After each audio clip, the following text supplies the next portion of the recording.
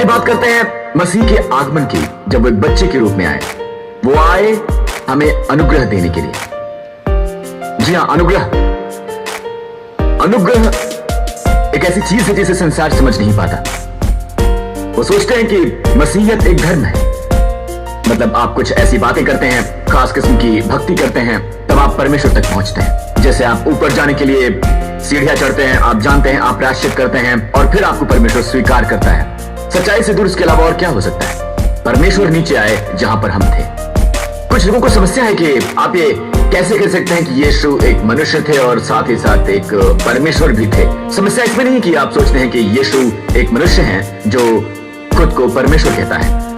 बात यह है कि वो एक परमेश्वर है जो मैं आपको बताना चाहूंगा कि वजह थी परमेश्वर ने अपने बेटे को यहां भेजा। जरा यहां देखें, लिखा है कि उस रात वहां मैदानों में चरवाहे थे और प्रभु का एक दूत उनके पास आया और प्रभु का तेज उनके चारों ओर चमका और वो बहुत डर गए। उसने कहा, डरो मत, मैं तुम्हें बड़े आनंद का सुसमाचार सुनाता हूं जो सब लोगों के लिए होगा कि आज दाऊद के नगर में तुम्हारे लिए एक उद्धारकर्ता जन्मा है, शाही नगर में उद्धारकर्ता। जी हां, उद्धारकर्ता। ये कहते हुए मुझे बहुत खुशी होती है। एक उद्धारकर्ता, न कि एक व्यवस्था देने वाला। एक उद्धारकर्ता, न कि न्यायाधीश। इब्री में सचमुच उसका यही नाम है, यीशु, योशुआ, उद्धारकर्ता। स्वर्गदूत सचमुच कहता है, आज तुम्हारे लिए दाऊद के नगर में जन्मा है यीशुआ, उद्धारकर्ता, जो अपने लोगों का उनके पापों से उद्धार करे। आमीन। आप में से कितनों ने व्यभिचार नहीं किया है?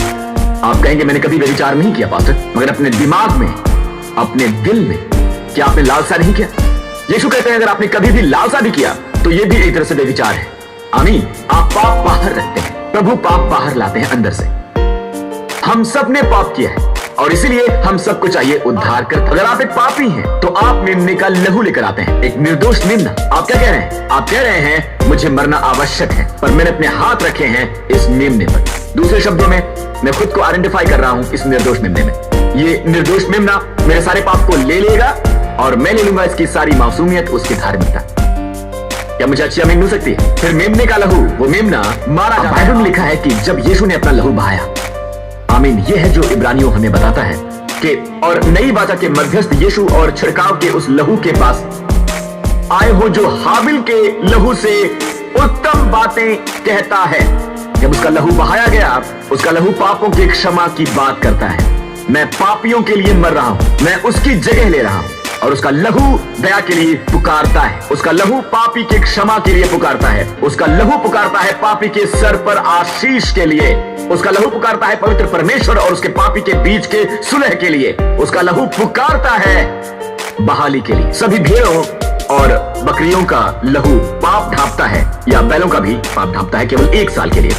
मतलब 1 साल के लिए आपके पाप क्षमा हो जाते हैं, 1 साल के लिए, 1 साल के लिए। पर यीशु का लहू पाप हटा देता है अनंत जीवन के लिए। बाइबल में लिखा है कि हम नहीं छुड़ाए गए। पतरस 1 में लिखा है कि क्योंकि तुम जानते हो कि तुम्हारा निकम्मा चाल चलन जो बाप दादों से चला आता है, उसका छुटकारा चांदी सोने अर्थात नाशवान वस्तुओं के द्वारा नहीं हुआ, पर निर्दोष और निष्कलंक मेमने अर्थात मसीह के बहुमूल्य लहू के द्वारा हुआ। क्रिस्टोस, वो अभिषिक्त मसीहा, इब्री में ये मसीह का बहुमूल्य लहू है, एक निर्दोष और निष्कलंक मेमना परमेश्वर का। तो लहू के लिए जरूरी है पाप ढांपना। लेवी व्यवस्था 17 वचन 11 हमें बताता है क्योंकि शरीर का प्राण लहू में रहता है। वचन 14 की ओर देखते हैं, जरा नीचे आइए। क्योंकि सारे शरीर के प्राण जो है वो लहू है, वो उसका लहू ही है जो उसके प्राण के साथ एक है। ओके, परमेश्वर कहते हैं और उसको मैंने तुम लोगों की वेदी पर चढ़ाने के लिए दिया है कि तुम्हारे प्राणों के लिए प्रायश्चित किया जाए। काफिर, इब्री में प्रायश्चित आपके पापों को ढांपने के लिए, तुम्हारे प्राणों के लिए प्रायश्चित किया जाए। और ये लहू है, आपके अच्छे कर्म नहीं, जो आपके प्राणों के लिए प्रायश्चित करता है। क्या आप लहू में धुले हैं? क्या आपने अपना भरोसा मसीह में डाला है? फिर आप उद्धार पा चुके हैं? क्या मुझे अच्छी आमीन मिल सकती है दोस्तों? मैं अभी इसे समाप्ति पर लाऊंगा। क्या आप सब खुश हैं? उन्हें हकीकत पसंद नहीं थी कि यीशु परमेश्वर को बाहर लाए जहां आम लोग थे। कोढ़ियों को शुद्ध किया, बीमारों को चंगा किया, उनके डरों को मुक्त किया, मुर्दों को जिलाया, दुष्ट आत्माएं निकाली। मनुष्य का हृदय जो परमेश्वर से बगावत करता है लेकिन वो उनसे प्यार करता है। खुद से पूछे कि क्यों?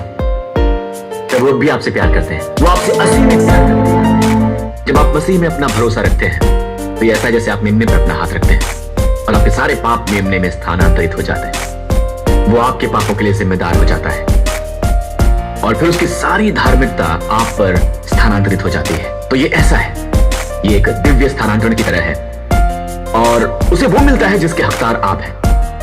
दंड की आज्ञा, मृत्यु और अपराध, और आपको वो मिलता है जिसका वो हकदार था। आशीष, अनुग्रह, दया, परमेश्वर की धार्मिकता, आमीन, परम प्रधान की स्वीकृति। अपने जीवन में पहली बार वो चिल्लाए, हे परमेश्वर, हे परमेश्वर। उन्होंने हमेशा अपने पिता को मेरे पिता के रूप में संबोधित किया ताकि हम चिल्ला सकें, मेरे पिता, मेरे पिता। वो चिल्लाए, तूने मुझे क्यों छोड़ दिया, ताकि हम चिल्ला सकें, तूने मुझे इतना आशीषित क्यों किया। धन्यवाद, यही कारण है क्रिसमस का कि हम उसका लहू साझा कर सकें, जो बेहतर बातें करता है हाबिल के लहू के बजाय। दोस्तों, आपसे प्यार करता है, वो आपसे बहुत प्यार करता है। जब आप अपना भरोसा मसीह में रखेंगे तो वो जबरदस्ती नहीं करेंगे कि आप उनके पुत्र को स्वीकार करें, उनके मार्ग को स्वीकार करें, उनको स्वीकार करें, बल्कि वो आमंत्रित करते हैं वो पाने के लिए जो उनके पुत्र ने किया है। आपके लिए करने को कुछ नहीं है, सिर्फ ग्रहण करने को है। ये सबसे शक्तिशाली पाना है जो आप कभी कर पाएंगे, क्योंकि ये आपका पूरा जीवन बदल देगा और आप भर जाएंगे आनंद से, उनके पवित्र आत्मा से, उनके अनुग्रह से, उनकी आशीषों से।